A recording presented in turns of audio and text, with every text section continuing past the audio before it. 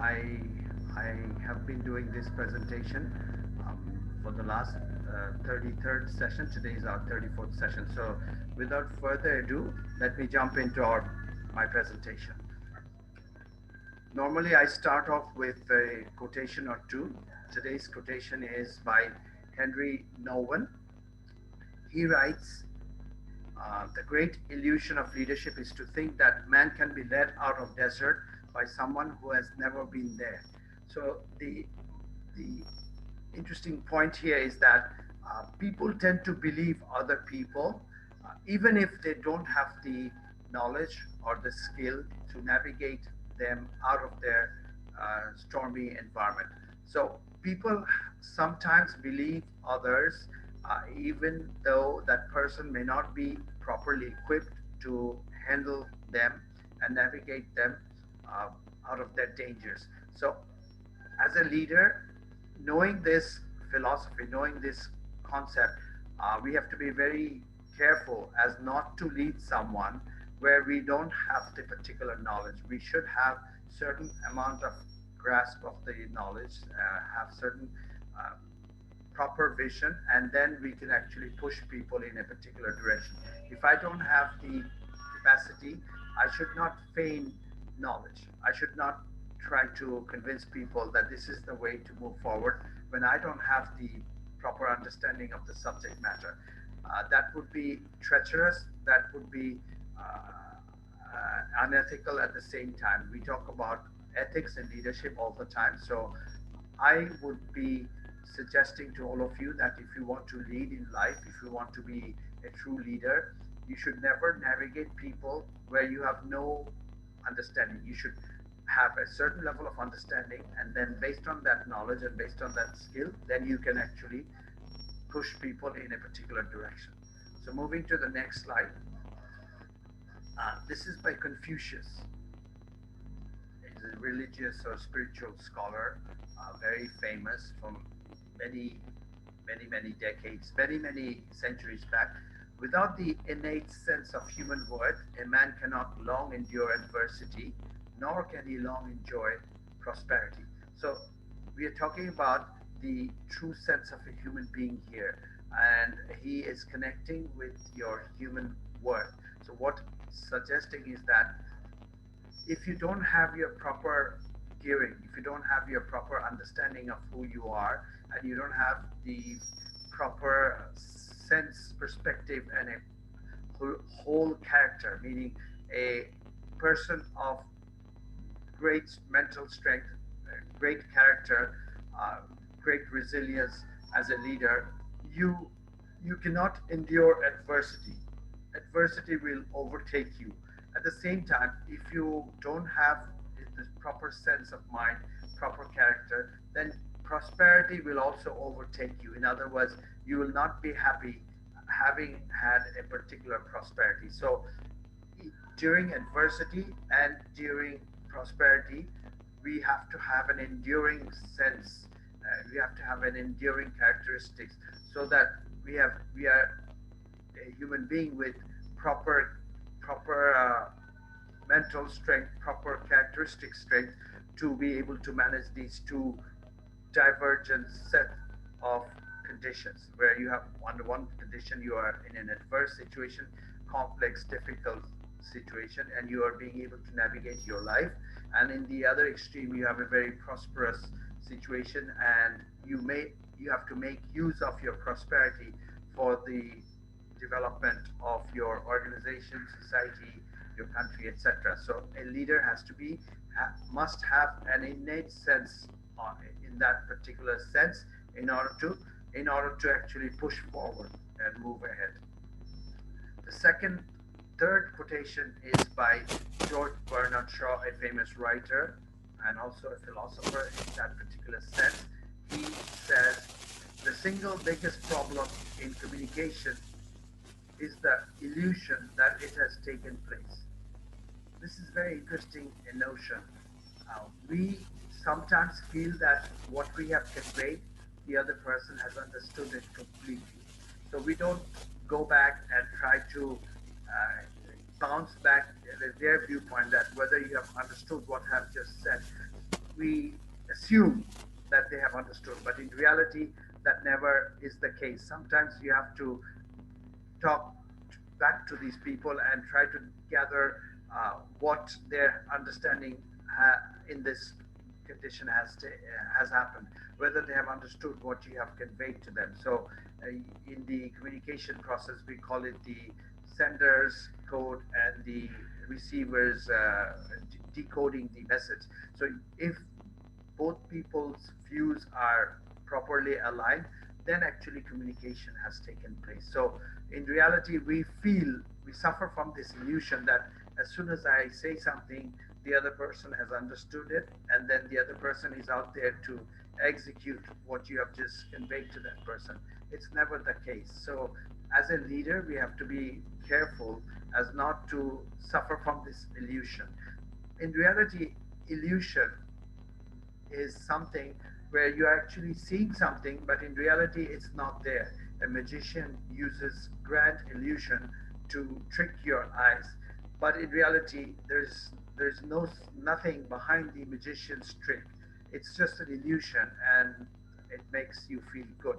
But in terms of leadership, you can't be a person who is creating magic and illusion without the true sense of being there, supporting your team, uh, driving forward the vision with passion and your own strength of mind. You can't be saying certain things to people and then not following it through with your own deeds. So actions speak louder than words. That's the whole point. So Bernard Shaw is talking about this failure in communication, and he's saying that we suffer from the illusion that as soon as we pass information, we feel that a proper communication has taken place. So we need to come out of this particular mindset. And this is so important in life, in every aspect that we work on. If communication is not happening properly, in spite of the fact that you have particular knowledge, you have the skill, you will not be able to convey that message to the other person, and things will go into disarray. The intended outcome, the intended target will not take shape, take place. So that's important. So moving forward, this is by Averius. This is on the idea of fear and then how fear can actually encapsulate your life. So, ignorance leads to fear, fear leads to hate, hate leads to violence. This is the equation. If you follow the pattern, we know that how violence becomes a, how people get into violence, which originates from simple ignorance. For example, from a religious point of view, uh, interfaith communication. If there is no proper interfaith communication, then one sect of people will always be feeling that the other sect of people is not telling the right things, and we are on the righteous side and they are on the wrong side.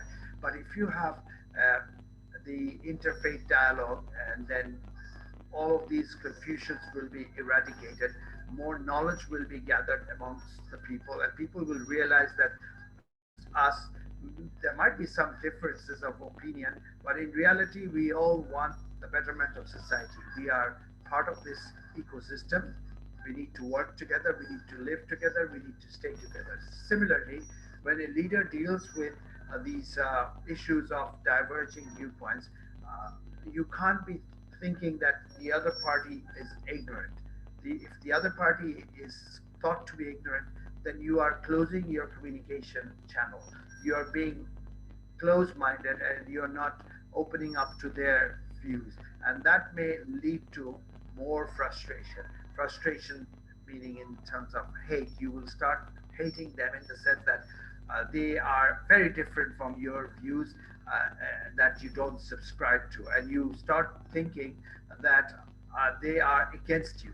So that hate may subsequently turn into something even worse, which is violence. It might be verbal abuse and then violent violence that may take shape, and you might have fights between you amongst yourself. It can turn into deadlier fight. It can go into fist fights and even worse. So, as a leader, be it social, political, or spiritual, our job is to find areas of ignorance and try to work with those areas by bringing people together, listening to each other, giving them the comfort zone as to, okay, let us hear your views, and you need to hear our views, and then we can have a discussion. Based on that discussion, we can at least arrive at certain level of understanding, and that way you are never going to allow the seeds of frustration and hate to seep in. You are making something reasonably solid, and people are normally rational, and when you are discussing issues, discussing points of views, and etc., which are very divergent, you can actually navigate through the those moments by being reasonable, logical, and then arrive at a consensus as to perhaps on certain issues we have agreed to follow this structure. Once you have arrived at those structures, then those becomes your cornerstones in society, and you actually can lead your team. This can be on the social issue, it can be politically, it could be in even business segments as well. You will always see that there will be people within your enterprise who have fairly different viewpoints from you. But if you are being ignorant to their wishes and they are ignorant to your wishes, then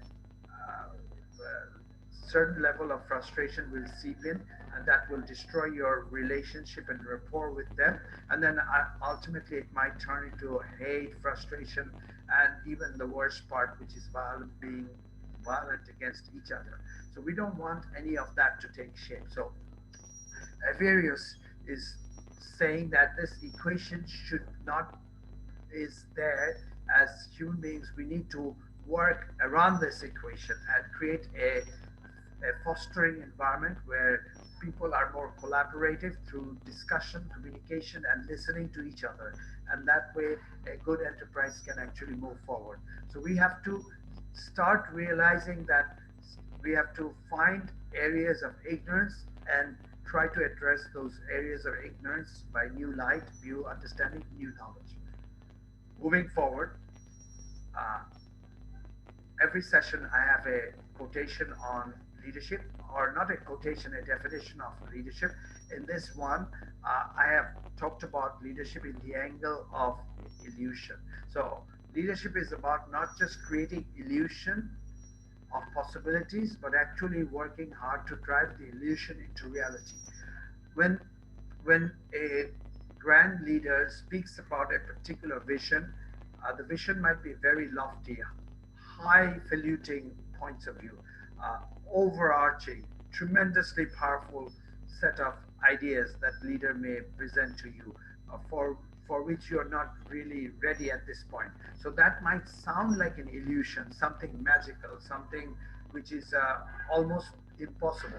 But as a true leader, your job is to ensure that in order to uh, walk the talk, in order to support all this grand vision that you have just suggested, you need to walk the talk. You need to actually engage in the spirit of truly driving forward with your activities, with your knowledge, with your collaborative mindset, with your skill set, etc. So that ultimately the grand vision, or the, you might call it a particular illusion from the context of your juniors who are not properly understanding your vision. For them it might be illusion at this point. It's a magical perspective that our boss has shared, and at the core of their heart at this point they are thinking that it's not possible. What he or she is saying is absolutely almost borderline impossible.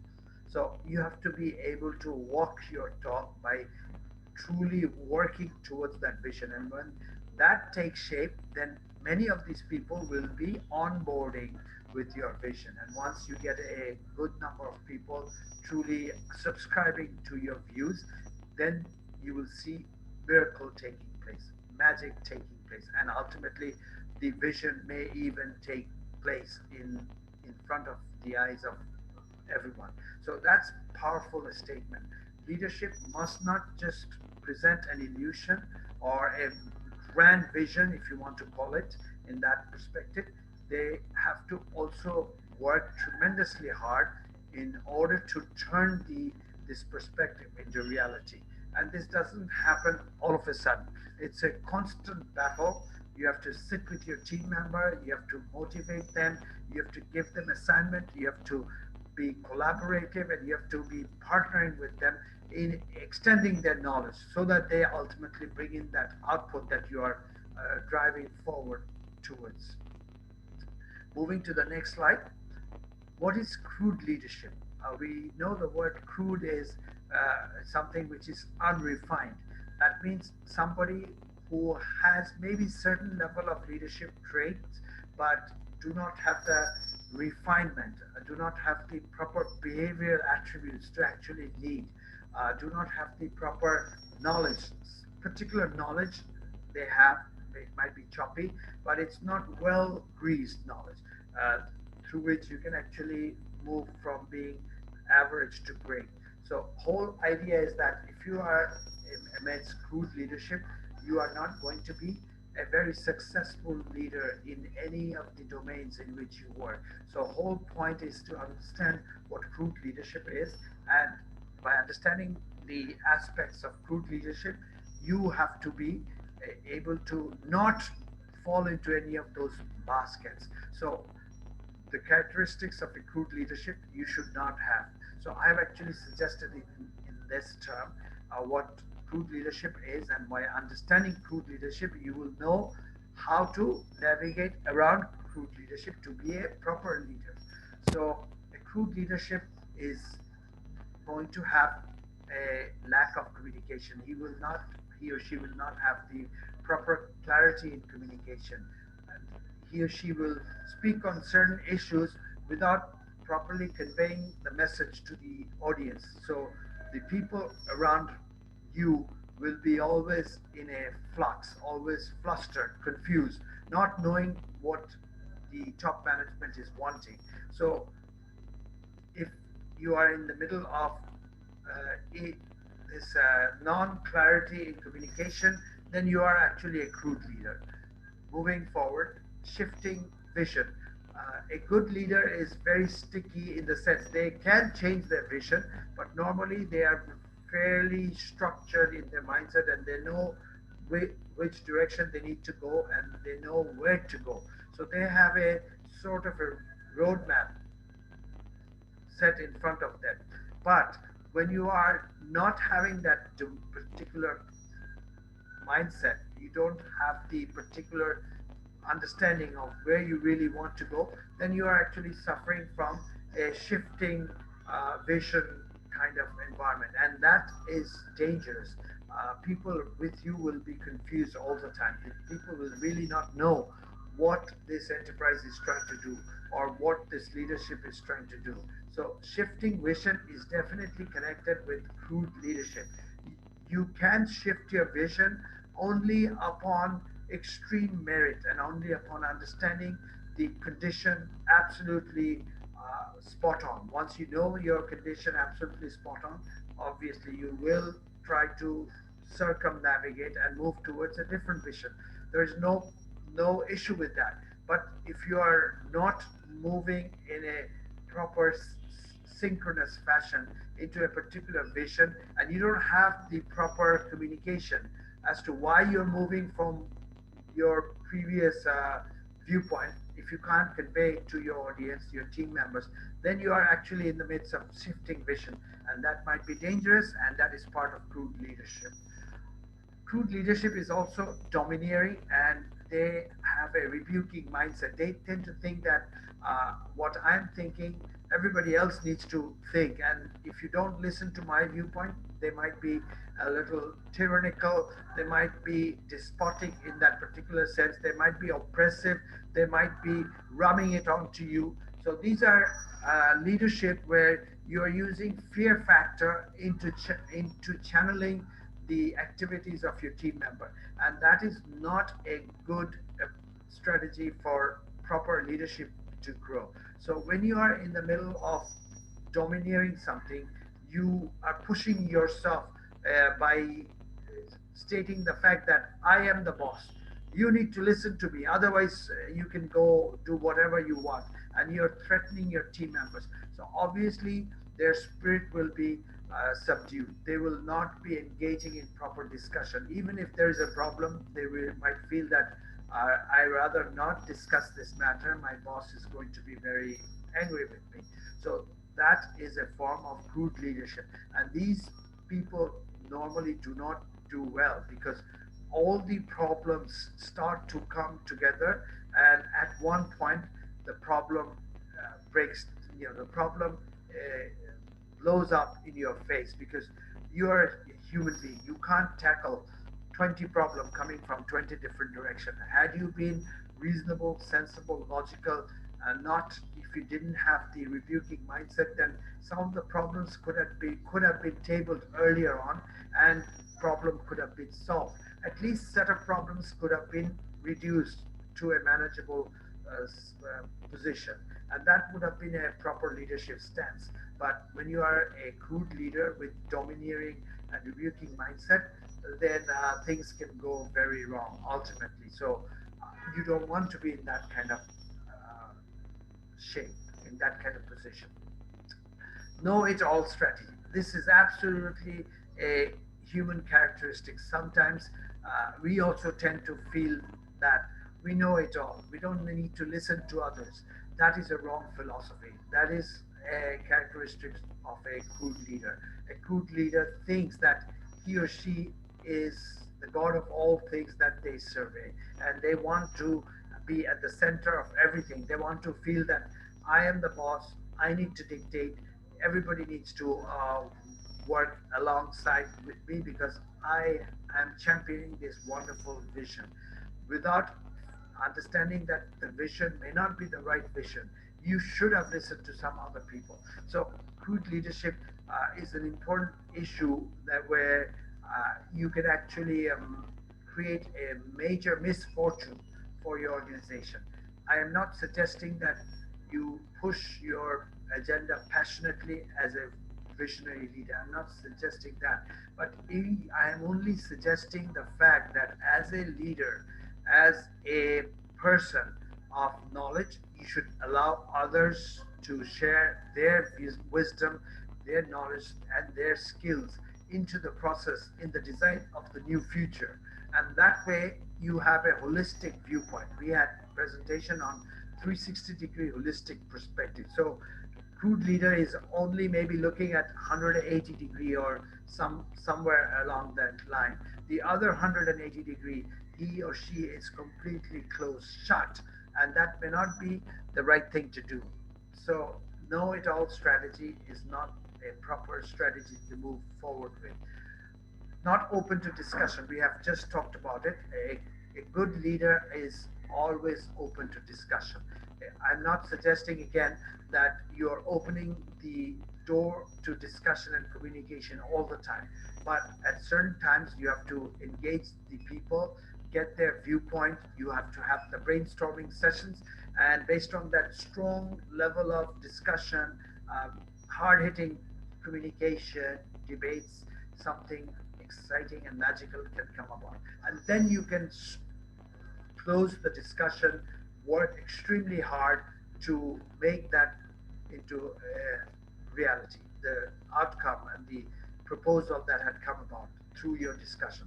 So I wanted to share the particular perspective of a crude leader. And if you understand what crude leadership is all about, then you don't want to be in those baskets. You don't want to be in any of these issues where you don't deal with clarity of communication. You're jumping from one vision to the other. You're domineering, rebuking, you're tyrannical in your decision making. You don't want to be in those shoes. You don't want to be a know-it-all kind of person.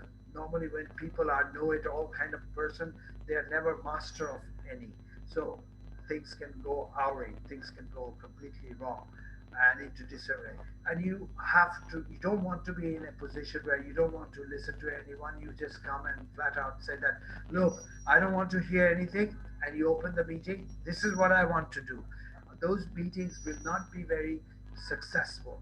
Uh, People may not directly respond. They may internalize their frustration, and they their whole idea of championing a new perspective and energy into the workforce will be subdued, will not take shape, and that way the organization will move at a slower pace. Inefficiency and unproductivity will be part of parcel of that organization.